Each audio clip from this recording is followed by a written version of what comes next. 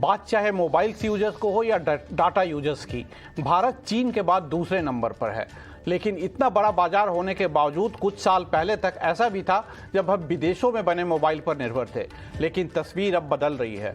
भारत दुनिया का दूसरा सबसे बड़ा मोबाइल मैन्युफैक्चरर बन चुका है और अब दुनिया के कई देशों को मोबाइल एक्सपोर्ट भी कर रहा है, यानी नए युग का आगाज हो चुका है।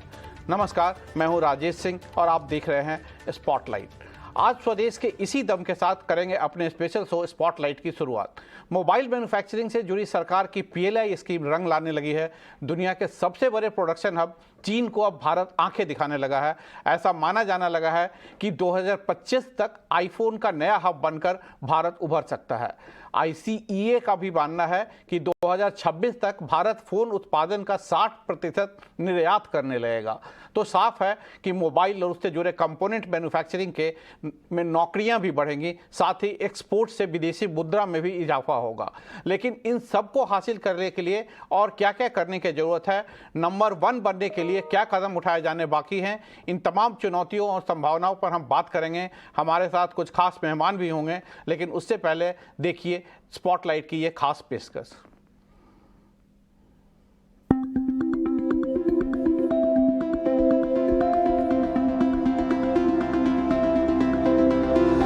दुनिया की सबसे तेजी से बढ़ती अर्थव्यवस्था बना भारत अब चीन को भी पछाड़ने की तैयारी में है। मोबाइल फोन जो अब दुनिया के हर इंसान की जिंदगी का हिस्सा बन चुका है, उसमें भी भारत ने अब फतह की ओर कदम बढ़ा दिए हैं। दरअसल भारत अब दुनिया का दूसरा सबसे बड़ा फोन निर्माता बन चुका है और दुनिया की तमाम बड़ी मोबाइल निर्माता कंपनियां अब भारत की ओर रुख कर रही हैं, जिसका मतलब साफ है कि दुनिया की कई दिग्गज कंपनियों को बिजनेस के लिए अब भारत रिझाने लगा है। और इन सब में सबसे बड़ा रोल निभाया है भारत सरकार की पीएलआई जैसी योजनाओं ने। और मौजूदा तस्वीर कुछ ऐसी ही कहानी बयां कर रही है। Bharat automobile component, medical device, semiconductor, telecom उपकरण, सोलर मॉड्यूल और इलेक्ट्रिक वाहन बैटरी के मामले में चीन को टक्कर देने की स्थिति में आने वाला है। दरअसल भारत विश्व पटल पर मैन्युफैक्चरिंग में चीन की जगह लेता जा रहा है। भारत से मोबाइल फोन का निर्यात FY 21-22 में $3.16 बिलियन से $5.5 बिलियन के बीच पहले ही करीब 75% का उछाल मार चुका है। इसके साथ ही 2021 में चीन पर भारत की निर्भरता घटकर 64 से 60% हो गई है। चीन में मैन्युफैक्चरिंग की लागत, ताइवान के साथ संबंधों में तनाव और कोविड-19 के प्रति जीरो टॉलरेंस की नीति के कारण सप्लाई चेन में दिक्कतें आने से ज्यादातर देश और उनकी कंपनियां दुनिया की दूसरी सबसे बड़ी इकोनॉमी पर निर्भरता कम करना चाहती हैं। और इस बदलते माहौल में भारत उनका नया ठिकाना बन रहा है। हाल के दिनों में बहुराष्ट्रीय कंपनियों ने भारत में निवेश की घोषणा की है। कुछ ने इसकी शुरुआत भी कर दी है, जैसे फॉक्सकॉन और वेदांता ने 1.5 लाख करोड़ की लागत से चिप प्लांट लगाने का ऐलान किया है। पहले से मैन्युफैक्चरिंग प्लांट स्थापित कर चुकी सैमसंग और एप्पल जैसी कंपनियां अब विस्तार योजना पर काम कर रही हैं। इससे न सिर्फ आयात पर निर्भरता कम होगी, बल्कि निर्यात बढ़ाने में भी मदद मिलेगी। पिछले कुछ वक्त में कई प्लेटफॉर्म पर चीन को भारत के सामने मुंह की खानी पड़ी है और दुनिया की बड़ी कंपनियों का भारत की ओर रुख करना चीन के आगे बढ़ने और भारत की अर्थव्यवस्था के लिए बूस्टर डोज साबित हो सकता है। साथ ही आईसीईए का भी कहना है कि साल 2026 तक भारत फोन उत्पादन का करीब 60% निर्यात करेगा, जिसके बाद कहना सही होगा कि अब अच्छे दिन दूर नहीं है। ईटी नाउ स्वदेश। और भारत के मैन्युफैक्चरिंग, मोबाइल मैन्युफैक्चरिंग पर बात करने के लिए हमारे साथ 3 खास मेहमान जुड़ गए हैं। हमारे साथ हरिओम राय हैं जो कि CMD हैं लावा के। हमारे साथ पंकज मोहिंद्रू हैं जो कि नेशनल प्रेसिडेंट हैं इंडियन सेलुलर एसोसिएशन के। और हमारे साथ अंकिल मल्होत्रा हैं जो कि काउंटर पॉइंट टेक्नोलॉजी से हैं। आप सभी मेहमानों का स्पॉटलाइट में बहुत बहुत स्वागत है। सबसे पहले हम हरिओम राय आपके पास आना चाहेंगे। आपको क्या लगता है सर कि जो भारत की स्थिति है मोबाइल मैन्युफैक्चरिंग में पीएलआई स्कीम आने के बाद, इससे कितना फायदा हुआ है और आपको लगता है कि मोबाइल मैन्युफैक्चरिंग में हमारे लिए कितनी संभावनाएं हैं? देखिए, आपको ये समझना होगा कि सरकार का देश में मोबाइल को विकसित करने का क्या प्लान है और इस प्लान के तहत सरकार ने पहले पीएमपी स्कीम लाई थी। और पीएमपी स्कीम जो है वो फेस मैन्युफैक्चरिंग प्लान था और उसमें पहले पूरे मोबाइल फोन पे कस्टम ड्यूटी लगी और उसके बाद स्टेप बाय स्टेप करते हुए उसके पार्ट्स पे ड्यूटी लगने लगी, जिससे कि इंडिया में जितना भी मोबाइल फोन यूज होता है 99% मोबाइल इंडिया में ही मैन्युफैक्चर होता है। लेकिन हमारा ये अरोनियस बिलीफ है कि इंडिया की मार्केट बहुत बड़ी है। हम ग्लोबल जीडीपी के सिर्फ 3.1% हैं और इसलिए हमारी जो मार्केट है वो 3.1% के बियॉन्ड नहीं हो सकती इन टर्म्स ऑफ कंजम्पशन। और इतनी सी कंजम्पशन के लिए ग्लोबली कॉम्पिटिटिव इकोसिस्टम नहीं बिल्ड हो सकता। तो इसके लिए हमें एक्सपोर्ट करना बहुत क्रिटिकल है। पूरे वर्ल्ड की मार्केट को जब हम अपने प्रोडक्ट्स देंगे तभी हमारी जीडीपी भी बढ़ेगी, क्योंकि हमें वर्ल्ड से जीडीपी अपनी लेके आनी है।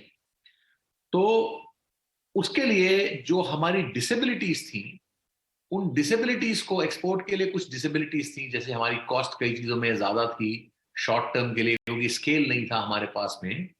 तो इकोसिस्टम को बनाने के लिए और बहुत बड़े स्केल को क्रिएट करने के लिए और डिसेबिलिटीज को मीट करने के लिए पीएलआई स्कीम जो है वो शॉर्ट टर्म इंजेक्ट है, जैसे स्टेरॉइड है, जिससे कि हम पूरे वर्ल्ड में अपने प्रोडक्ट्स को बेच पाएं। और ये अपॉर्चुनिटी बहुत बड़ी इंडिया की तरफ आ रही है। और इलेक्ट्रॉनिक्स और मोबाइल जो है वो बहुत बड़ा बिजनेस है। लगभग $4 ट्रिलियन का इलेक्ट्रॉनिक्स और आईटी का बिजनेस है, जिसमें मोबाइल करीब $1.3 ट्रिलियन का है, जिसमें हार्डवेयर करीब $500 बिलियन का है और सॉफ्टवेयर करीब $800 बिलियन का है। जिसमें मोबाइल के बिजनेस में ही अगले 10 साल में सरकार का प्लान करीब 2 करोड़ लोगों को जो रोजगार देने का है, और उसी के तहत ये डेवलप हो रही है, जिसके अंदर पीएलआई स्कीम बहुत वैल्यूएबल रोल प्ले कर रही है। बिल्कुल आपने ठीक कहा। पंकज मोहिंदू साहब, हम आपके पास आना चाहेंगे। जैसा कि हरिओम राय ने भी कहा कि हमारा जो डोमेस्टिक कंजम्पशन है उससे आगे निकलकर हमें एक्सपोर्ट पे ध्यान देना होगा। और पिछले कुछ सालों में हम देखे हैं कि हमारा एक्सपोर्ट काफ़ी तेज़ी से बढ़ रहा है। पिछले साल तो ये 75% तक बढ़ा है, ग्रोथ हुआ है।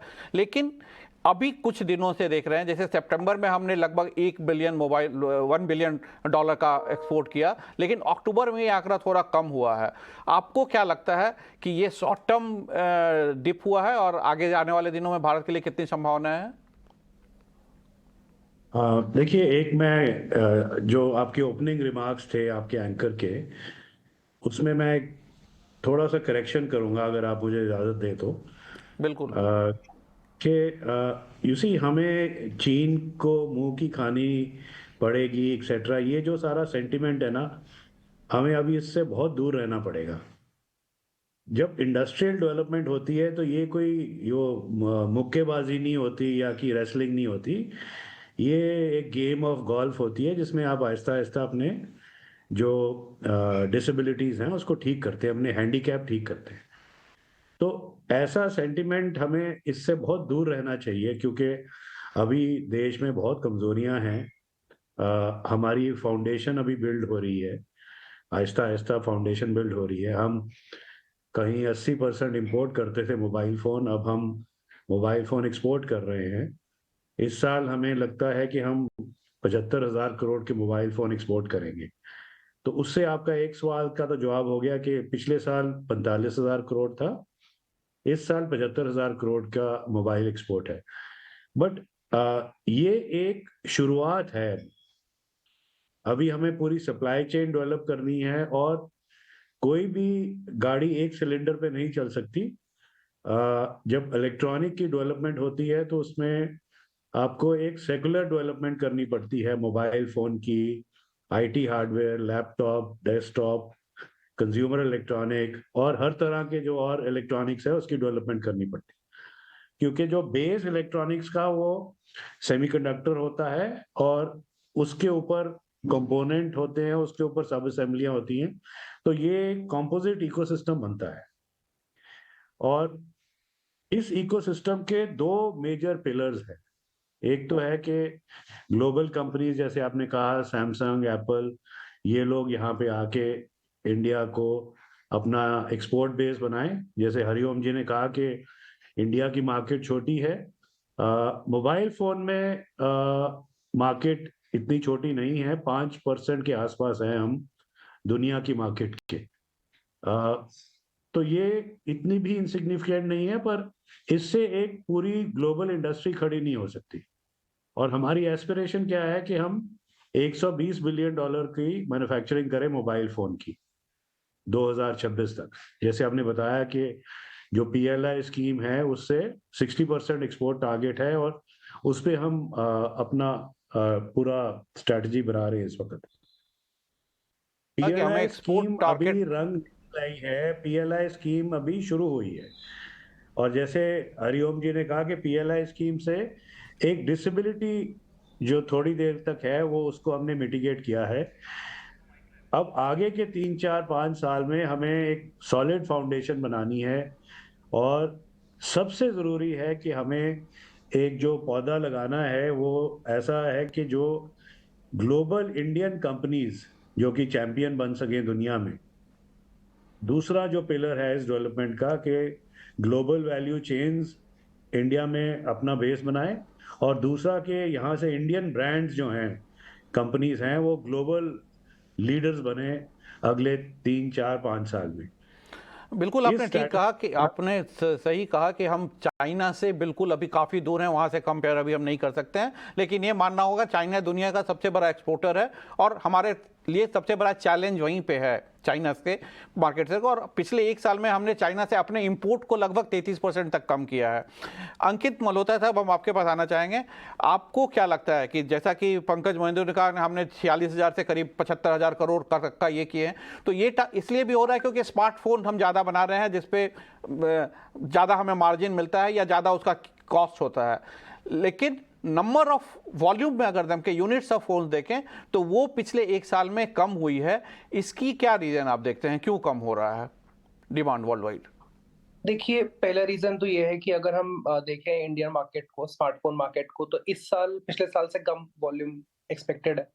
इसका सबसे बड़ा रीजन ये है कि जो एक पहले कंपोनेंट सप्लाई की शॉर्टेज थी फर्स्ट हाफ में हमारे यहाँ पे, तो उससे जो कम प्राइस के फोन है, 10,000 से नीचे के फोन, उनकी थोड़ी सी किल्लत थी।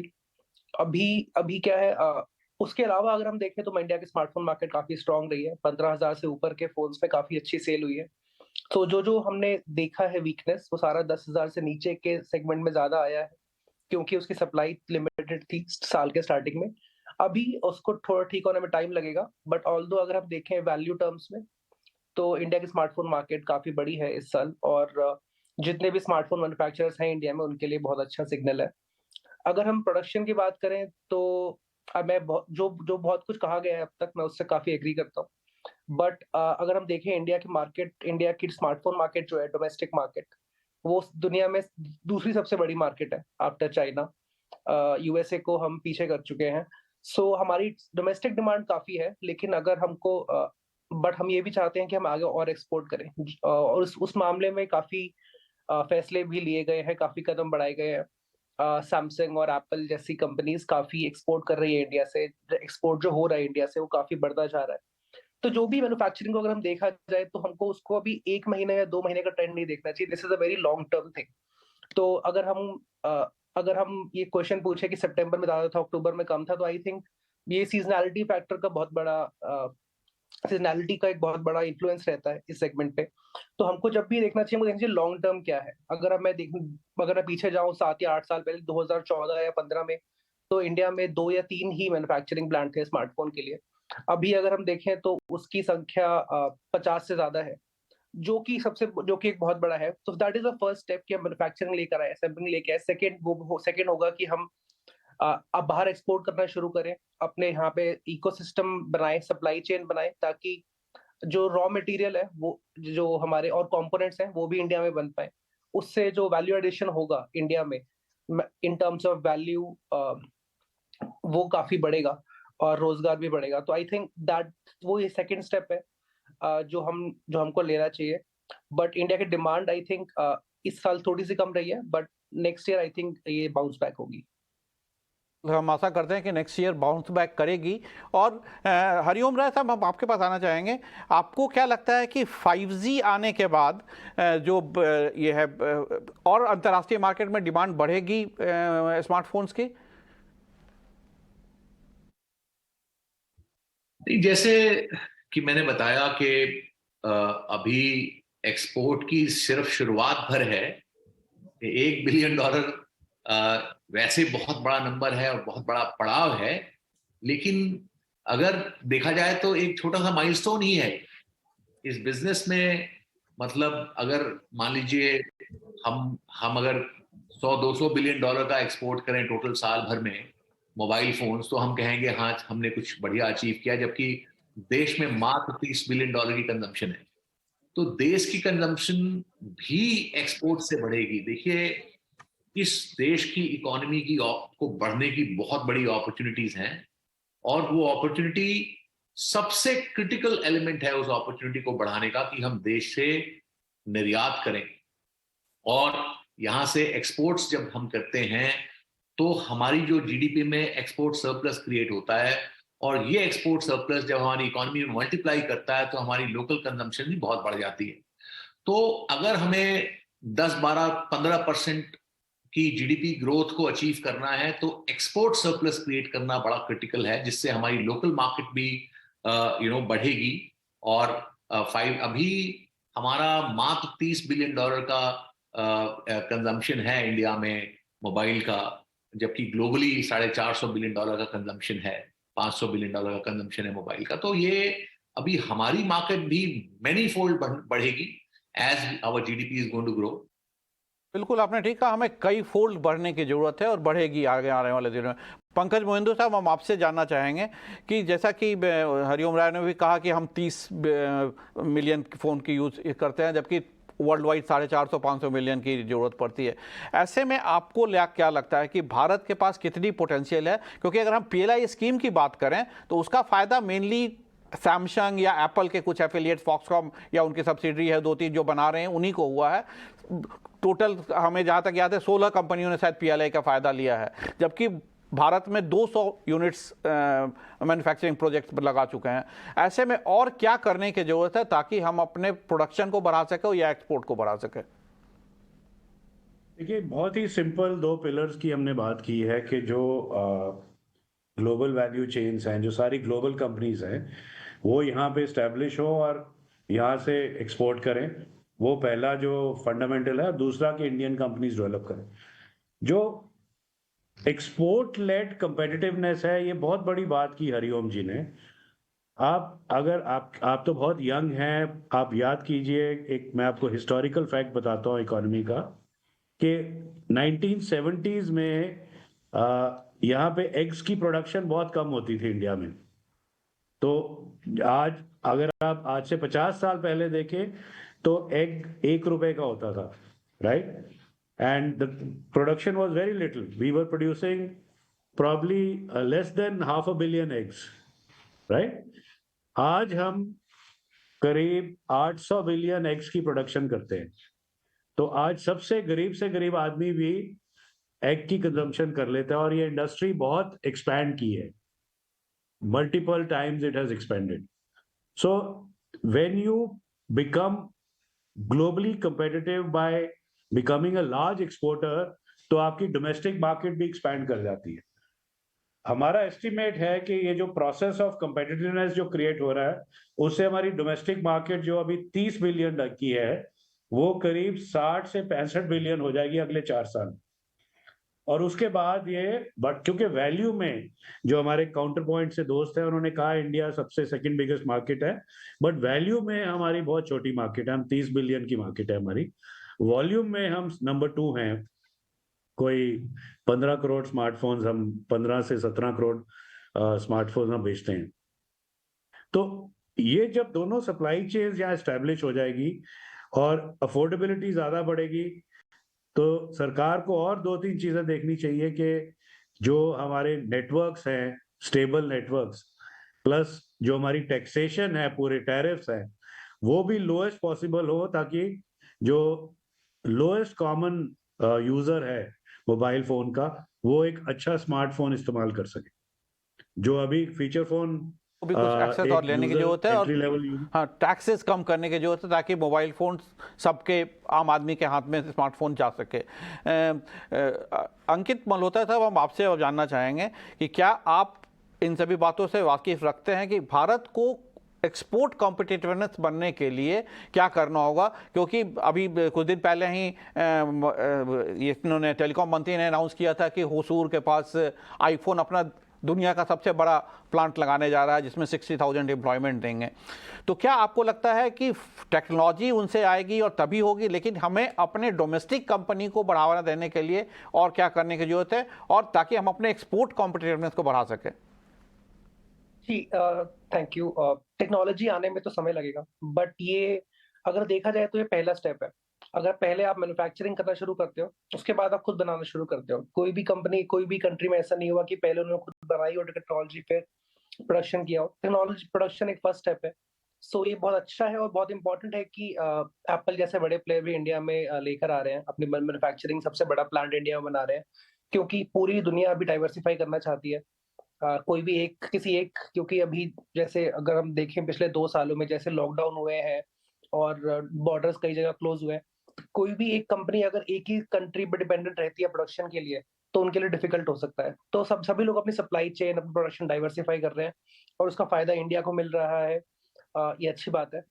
सेकेंडली, अगर हम जो अभी हम मुझसे पहले कह रहे थे कि अगर हमको कम रेट पर स्मार्टफोन बनाने होंगे, आई थिंक ये बहुत ज्यादा जरूरी है, क्योंकि अगर हमको सबके पास स्मार्टफोन देना है, अभी इंडिया में 50 से 60 करोड़ स्मार्टफोन यूजर्स हैं, जबकि इंडिया की जो पॉपुलेशन है वो 140 करोड़ है।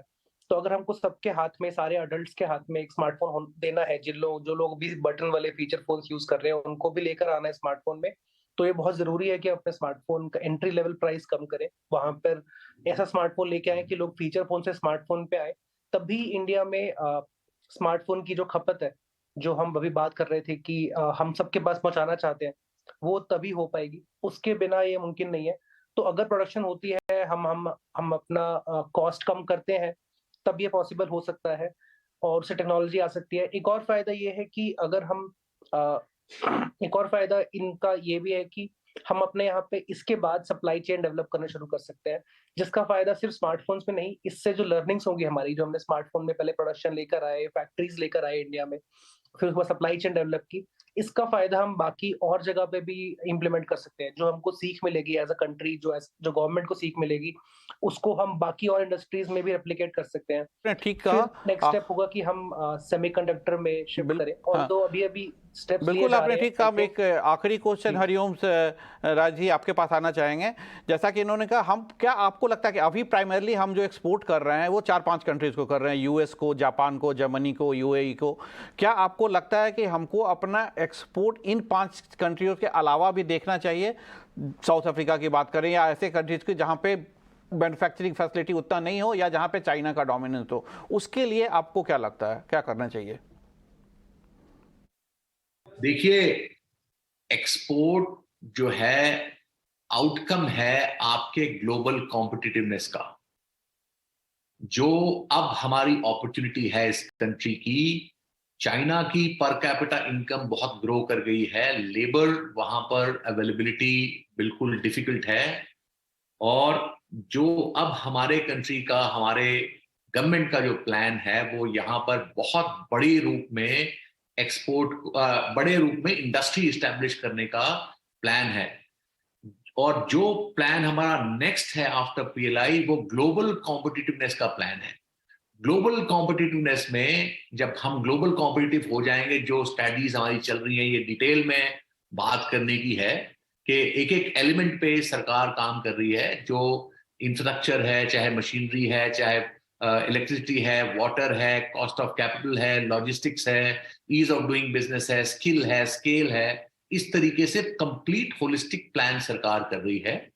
और इस प्लान के बाद जो हमारी इंडस्ट्री यहाँ ग्लोबली कॉम्पिटिटिव एस्टैब्लिश होने वाली है, उसको बताने के लिए मुझे एक मारियो पुजो का लिखी हुई गॉडफादर एक उपन्यास भी है और इसकी मूवी भी है। वो कहते हैं, we'll make an offer nobody can refuse.